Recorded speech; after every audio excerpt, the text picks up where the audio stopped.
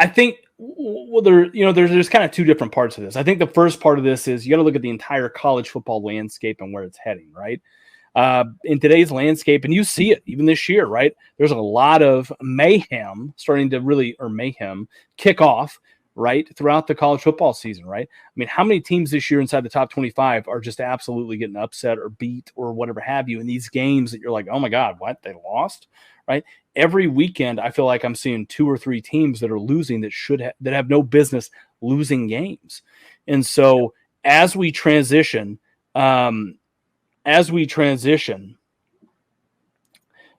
into, sort of the 12-team playoff, and we start expanding the playoff and everything like that, my big thing is, it's about how can you survive week in and week out, because, it doesn't really matter whether you go undefeated throughout the year, unless it's just for seeding and things like that, right?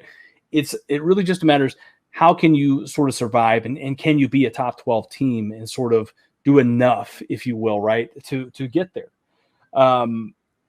The other side of that, as far as, I gave up a long time ago in playing the game where, we start sort of looking at, well, Georgia beat Vanderbilt by 62 points and Alabama only beat them by 42. Right. And then, you get to the SEC championship game and then, Alabama kicks the shit out of Georgia. Right. And then in the rematch, Georgia beats them. And it just doesn't, it just doesn't make sense. Right. Because that's the thing about college football that is so crazy, is because, again, I say it all the time. Right. Well,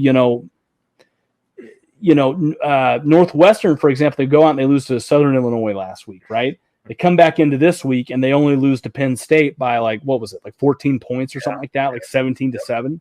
Yep. And I was probably wrong about that, right? By 10 points. So they go out and they lose to Penn State like by 2 possessions. And so you're like, okay, well, yeah. And then next week, Northwestern will go out and they'll end up beating another Big Ten team. And you're like, well, I never could have guessed that. It just is a week in, week out thing. And it's such a rhythmic thing that nobody can really tell. It's really, really difficult, right? You look at tonight, another great example of that, of what you're kind of talking about here is, like, again, I throw it out there because I was flashing back and forth because it looked like Georgia was getting ready to get upset against Mizzou tonight. Yeah. And they were on the road. Eli Drinkowitz, who is probably, in Mizzou, they're one of probably one of the worst programs other than Vanderbilt in the 30.5 points, Christian, is what Georgia was favored. Yeah. 30.5. Let's think about that for a second,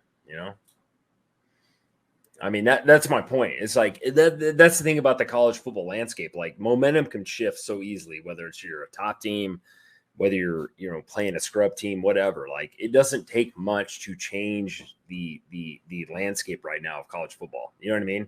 You got your Bamas, but Bama didn't look good against Texas. I mean, they damn near, should have got beat in that game. You know what I mean? Like, Georgia tonight could have got beat by Missouri. I mean, they're 30.5 points, man. Like, Vegas usually is pretty close with most of their shit. Like, that's my point. It's like, it can change quickly. Not to take over your podcast about betting or that kind of crap, but like, it doesn't take much. And like, momentum shifts so quickly in college football right now. Nebraska right now and that's what we're talking about. We're talking about Nebraska. That's why we're all here.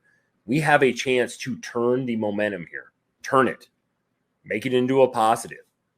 I don't care who the head coach is. I don't give a shit. I want it to be Mickey. Absolutely. Yes. But like, that's my personal view. And that's not everybody's on this podcast. I'm sure they want somebody else. But my point is, you can turn this around. And we can make this a positive season.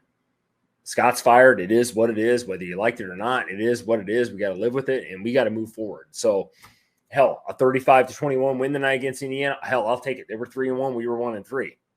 We were 5.5 point favorites tonight. We won by 14. All right, let's roll.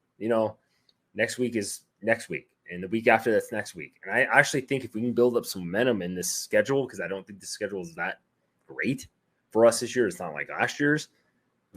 Let's do something with it, man. I mean, that's where I think everybody in this podcast is thinking, like, they're not here because, they want to listen to us necessarily talk, but they want us to talk about Nebraska, and they want us to listen.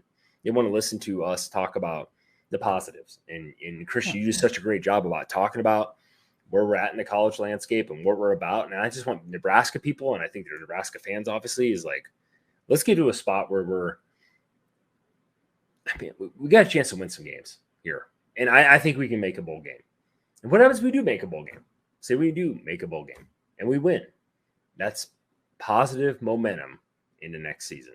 And I think that's what I want more than anybody, as far as like the players go, as far as like the coaches go, as far as anybody goes to the fan base.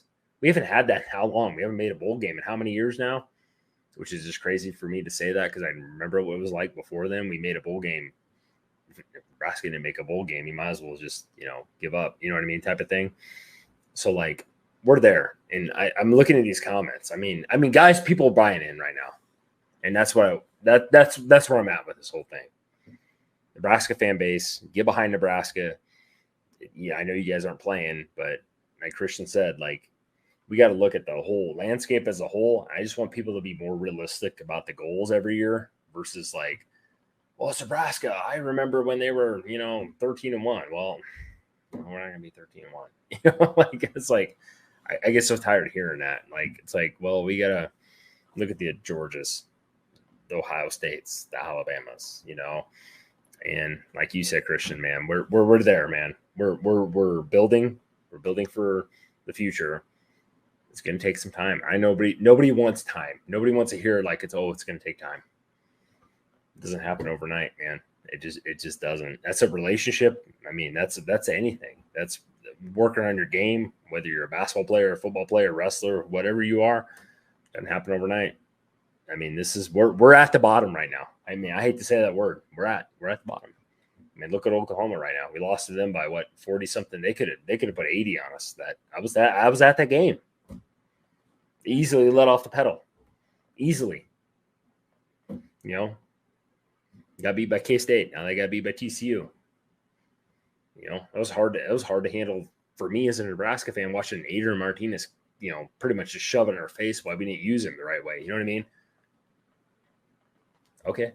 So anyway, I'm going off on a different tangent right now, but man, I get into that. I take it personally. You know what I mean? Like, that's what Nebraska fan base to understand. Like, it's going to take some time. And I know everybody's tired of hearing that, because it's pretty much what we always say every 4 or 5 years we get a new coach. But like, what are we going to do now? You know what I mean, Christian? What do you think, Christian? Where are you at, bro? Well, and this ties all into it, right? I think there's a lot of stuff to get into here. To answer your question, to answer your original question, to answer Bruce Davis's question about what is the Huskers' goal for the rest of the season.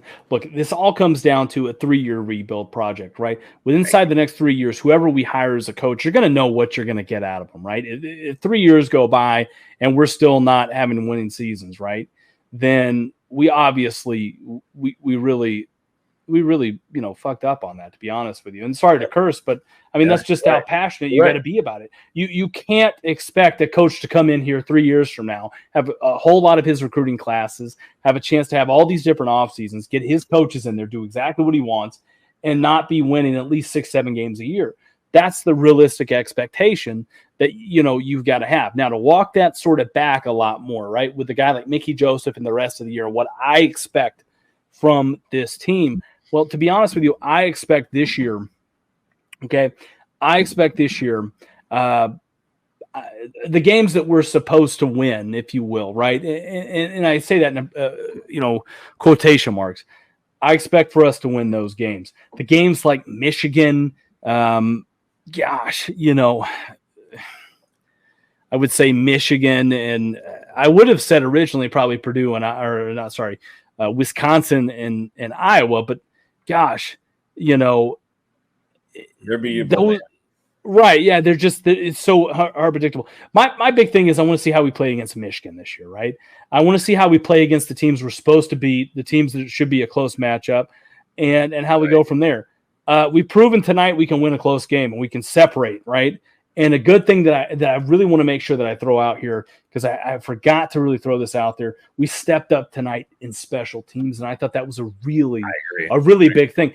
Yep. When you pull a guy like Bill Bush, who was your special teams head coach, right? Or not special teams head coach, but your special teams coach, and you make him your defensive coordinator, and your team has struggled all year in special teams, and you come out and you do a really good job, and you have a blocked punt, you do even better than what I feel like we've done all year in special teams.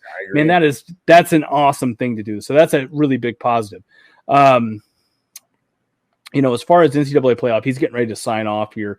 We want to just say thank you to him. Go Big Red. And we always love having you on the show, brother. We will see you next week. We really appreciate that.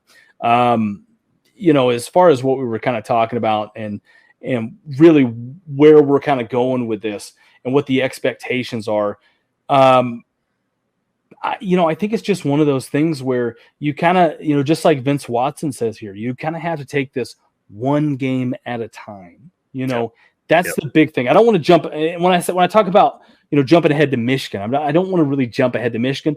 I just mean simply, you have to play within yourself game in and game out. That is the big part of this, that I feel like if you want to see how good you are, if you could rewind the season, if like you said, you're 5-0, but if you rewind the season back, if you rewind it back and you could play North Dakota again, you could play Northwestern knowing how bad they are right now. You could play some of these different teams again. Right. What's the margin of victory that we can beat them by? I don't want to barely beat them. I want to absolutely dominate the teams we're supposed to dominate and go out there and do that. I'm tired of barely winning games and having to pull ahead. I want by halftime, I want to go ahead and start this podcast because the margin of victory is so freaking, lopsided that it just doesn't matter. And that's where, when we talk about this, that's where I really want to that's where I want to jump into this at, I mean, that's how I'm going to start gauging the success of the team going forward, is how do we play in those situations? How does Mickey Joseph have that juice right?